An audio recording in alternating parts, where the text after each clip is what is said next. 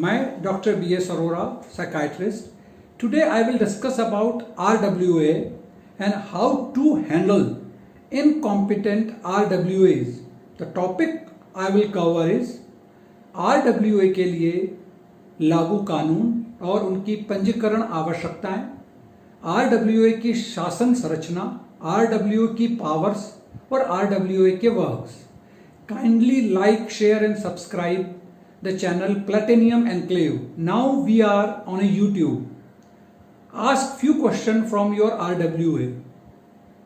सबसे पहला और महत्वपूर्ण प्रश्न, क्या आपका RWA रजिस्टर्ड यानी पंजीकृत है और उसका रिन्यूअल सर्टिफिकेट मिला है क्या?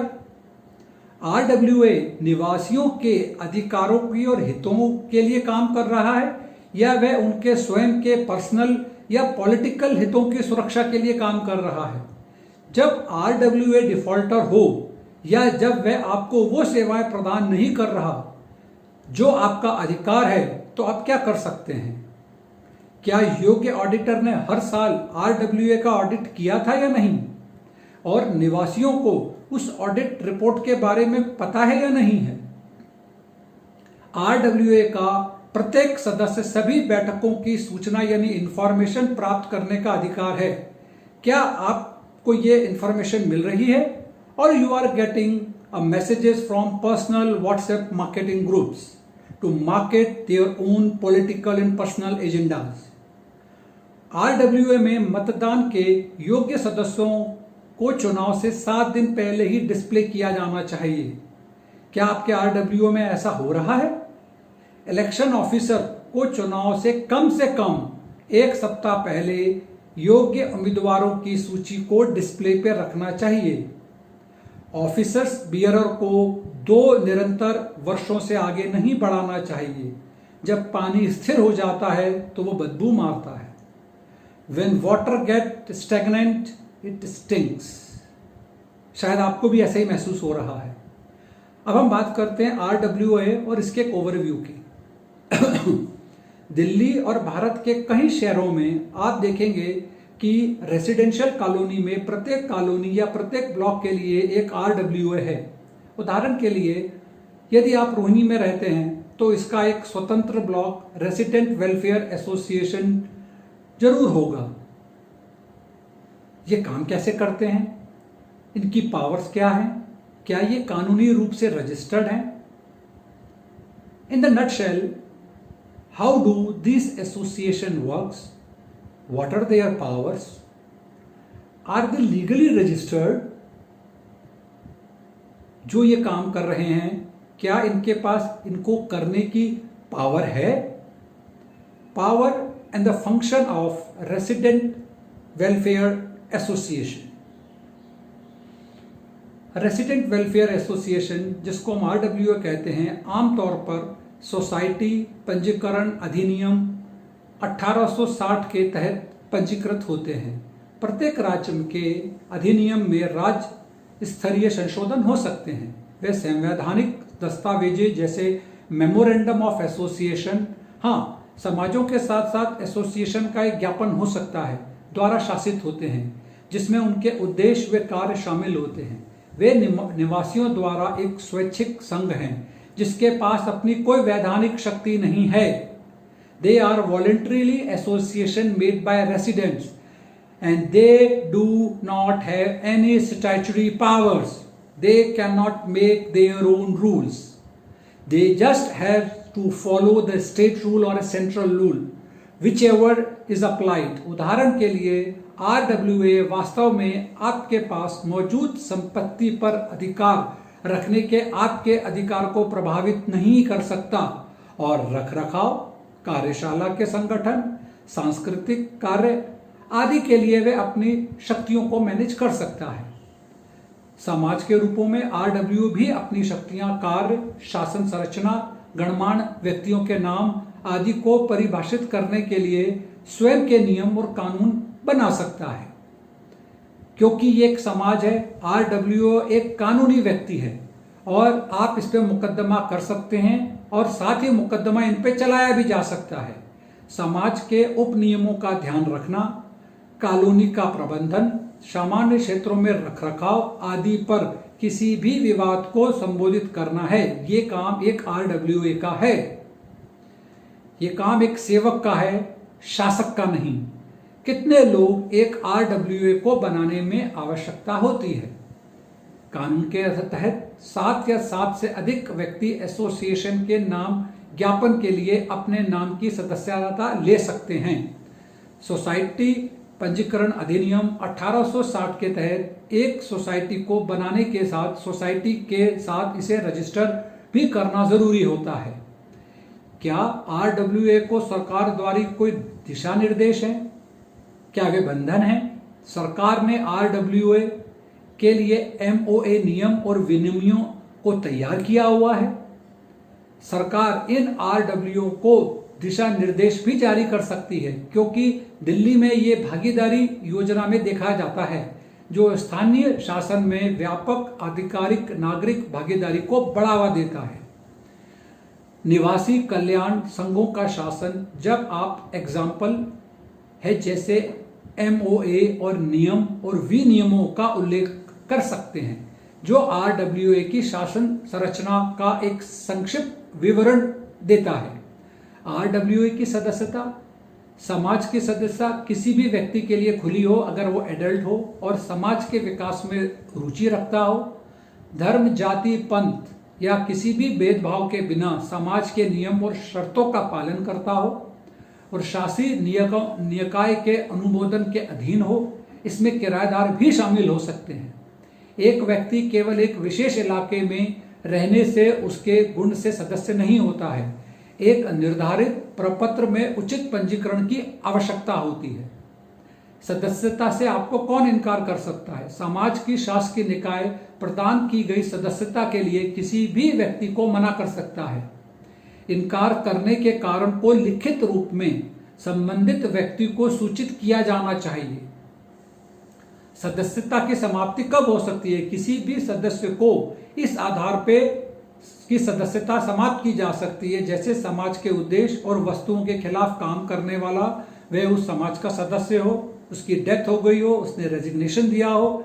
यदि सदस्य लिखित रूप में सूचना के बिना सामान्य निकाय की 3 लगातार यानी रेगुलर बैठकों में भाग लेने में विफल रहता है, अस्वीकृति पर समाज के सामान्य निकायों से अपील है। सामान्य निकाय का निर्णय अंतिम होता है। अस्वीकृति का कारण संबंधित व्यक्ति को लिखित में सूचित किया जाना चाहिए।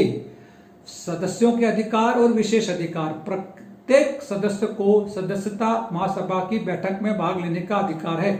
इसके अलावा उसे समाज की बैठक में वोट देने का अधिकार भी है। प्रत्येक सदस्य समाज की बैठकों में, कार्यों में मिलजुल कर कार्यक्रमों में भाग लेने का हकदार होता है। अब हम यहाँ बात करेंगे कोरम और बैठक की सूचना। समाज के सभी सदस्यों से मिलकर एक सामान्य निकाय का गठन किया जाता है। ये जो सामान्य निकाय यानी कोरम की बैठक हर साल 2/3 उपस्थिति के साथ एक बारी आयोजित की जाएगी। क्या आपके RWA में ऐसा हुआ? सामान्य निकाय की एक आकस्मिक यानी इमरजेंसी बैठक भी उचित समय के पूर्व सूचना के अनुसार 3/4 सदस्यों के लिखित अनुरोध पर बुलाई जा सकती है। इस तरह की बैठक में बजट पारित करना, खातों का लेखा परीक्षा करना, सदस्यता की रखरखाव इत्यादि पे चर्चा की जाती है। शासी निकाय यानी रेसिडेंट वेलफेयर एसोसिएशन के पास समाज की देखरेख करने और समाज के दिन प्रतिदिन के मामलों का प्रबंधन करने के लिए एक शासकीय निकाय होना चाहिए। इसमें उस विशेष RWA के क्षेत्राधिकार के तहत स्थानीयता के आधार पर सदस्यों को शामिल करना चाहिए। शासकीय निकायों की बैठकों में समय अवधि के भीतर ही आयोजित की करनी चाहिए, जिसका कोरम 2/3 होना चाहिए। सोसाइटी के खातों को हर साल योग्य ऑडिटर के द्वारा ऑडिट किया जाना चाहिए, जिसे गवर्निंग बॉडी द्वारा नियुक्त की जाती है। क्या आपके RWA में आपकी कभी ऑडिट रिपोर्ट हुई है या आपको उसका पता लगा है? समाज के शासकीय निकायों को प्रत्येक RWA मेंबर को व्यक्तिगत रूप से एक निश्चित अवधि के लिए चुना जाएगा।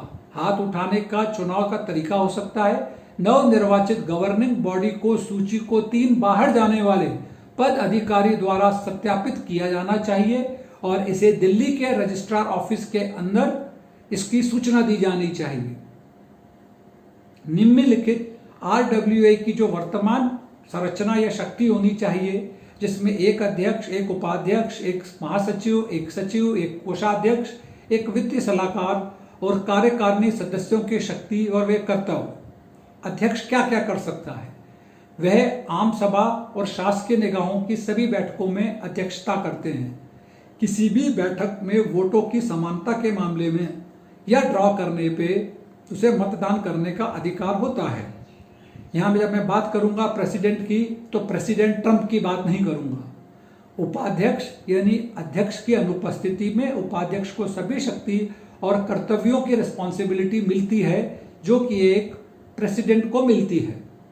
महासचिव वह सार्वजनिक और निजी कार्यों में समाज का प्रतिनिधित्व करेंगे और वह अपने नाम, पते और अन्य शिक्षित विवरणों वाले सदस्यों के पंजीकरण सहित समाज के सभी प्रकार का रिकॉर्ड रखने का अधिकार है और रिकॉर्ड शेयर करने की उसकी ड्यूटी है।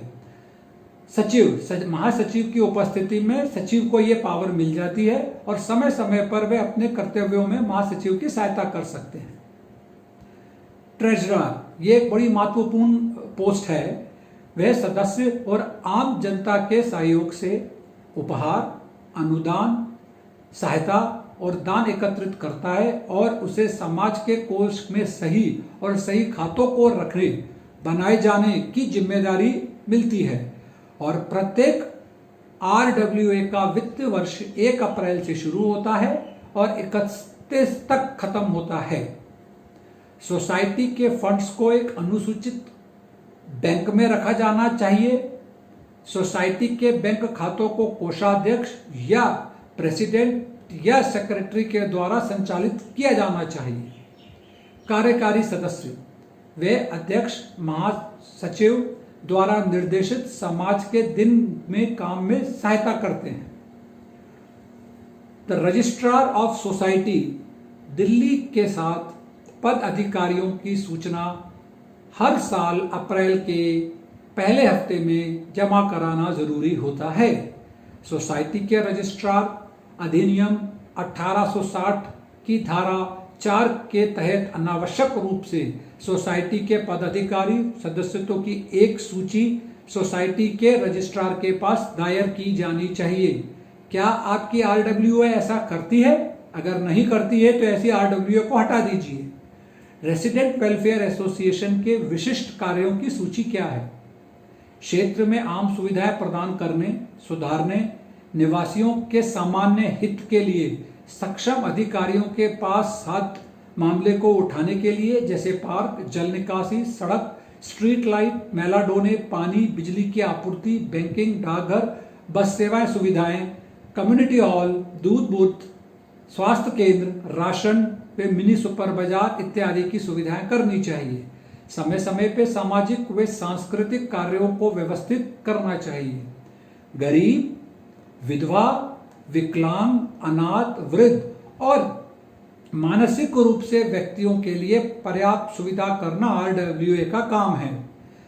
समुदाय से वंचित, आर्थिक रूप से कमजोर वर्गों की शिक्षा के लिए भी आश्रय या सहायता प्रदान करना चाहिए।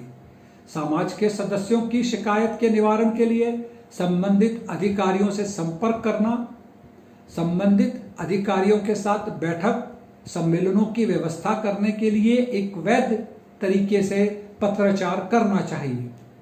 एसोसिएशन के सदस्यों के बीच सरकार के नियम, नीति, अधिसूचनाओं के बारे में जानकारी साझा करना एक इम्पॉर्टेंट ड्यूटी है। क्षेत्र में सैनिटरी फिटिंग, प्लम्बिंग कार्य, विद्युतीय कार्य, सुरक्षा और सफाई इत्यादि की व्यवस्था करना RWA की ड्यूटी है। किसी भी वैध तरीके से प्राप्त किए किसी भी उपहार या दान को प्राप्त करना, एकत्र करना और इसका उपयोग समाज के सभी या किसी भी अन्य वस्तु की पूर्ति के लिए करना है।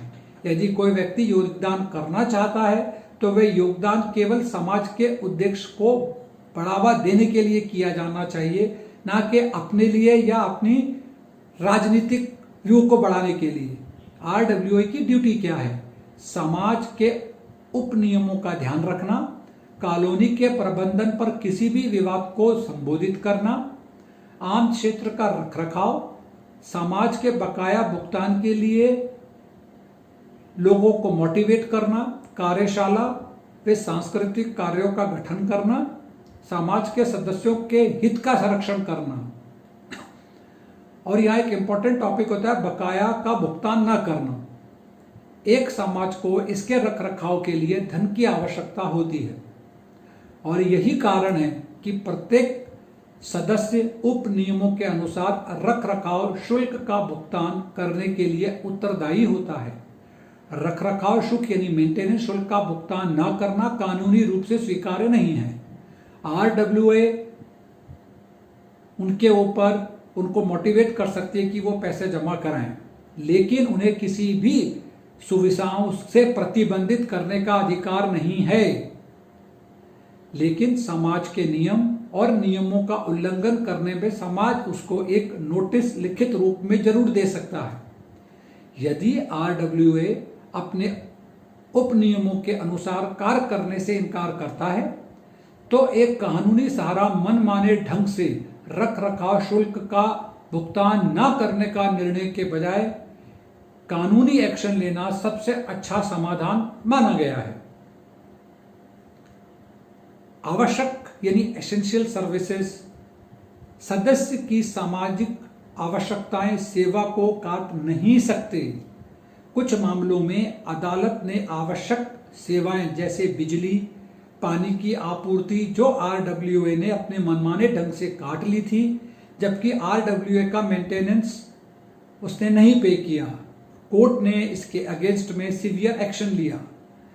आरडब्ल्यूए को बिजली पानी आपूर्ति में कटौती करने का कोई भी अधिकार नहीं है। आरडब्ल्यूए किसी भी कानून का उल्लंघन अगर करती है तो आप इसकी शिकायत दर्ज करा सकते हैं। दोनों निवासी और आरडब्ल्यूए को एक हार्मोनियस रिलेशनशिप, समाज की बेहतरी के लिए मिलकर काम करने की जरूरत है, ना कि अपने पर्सनल और पॉलिटिकल एजेंडास को आगे करने की। वे कानून के किसी भी प्रावधान का उल्लंघन नहीं कर सकते हैं, मनमाने ढंग से कार्य नहीं कर सकते हैं। यदि निवासी आरडब्ल्यूए से खुश नहीं है तो वे फिर से चुनाव कर सकते हैं और निकाय को बदल कर सकते हैं। Our future plan is to transform this living place to living space.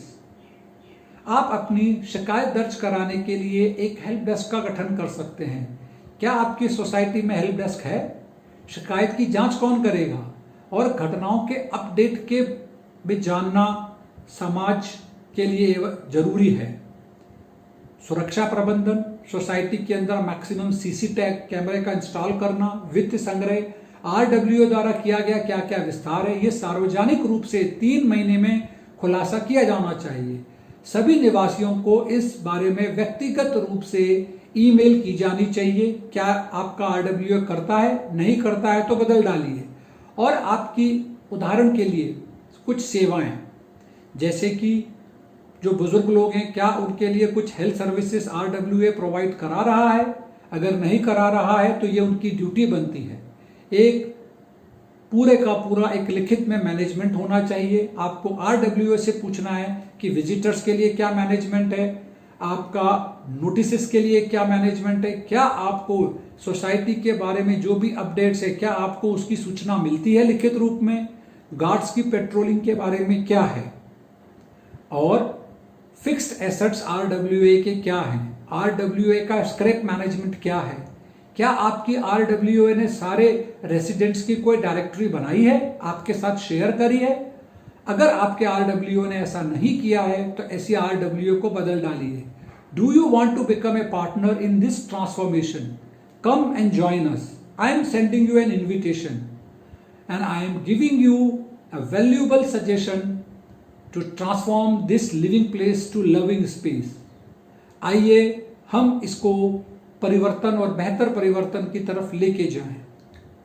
अगर आप अपने कोई महत्वपूर्ण संदेश मुझ तक पहुंचाना चाहते हो तो मुझे आप ईमेल कर सकते हैं platinum enclave1 gmail.com। ये सारे डिटेल्स आपको प्लेटिनियम एन्क्लेव के यूट्यूब चैनल पे मिल जाएंगे। अगर आप कोई अपना वीडियो बना के जिसमें महत्वपूर्ण सजेशंस हों, आप हमारे साथ शेयर करें, हम उसको प्लेटिनियम एन्क्लेव के यूट्यूब चैनल के ऊपर जरूर ब्रॉडकास्ट करेंगे। अगर आप कोई भी प्रश्न, कोई भी क्यूरी पूछना चाहते हैं तो आप हमें मेल कर सकते हैं। Thank you.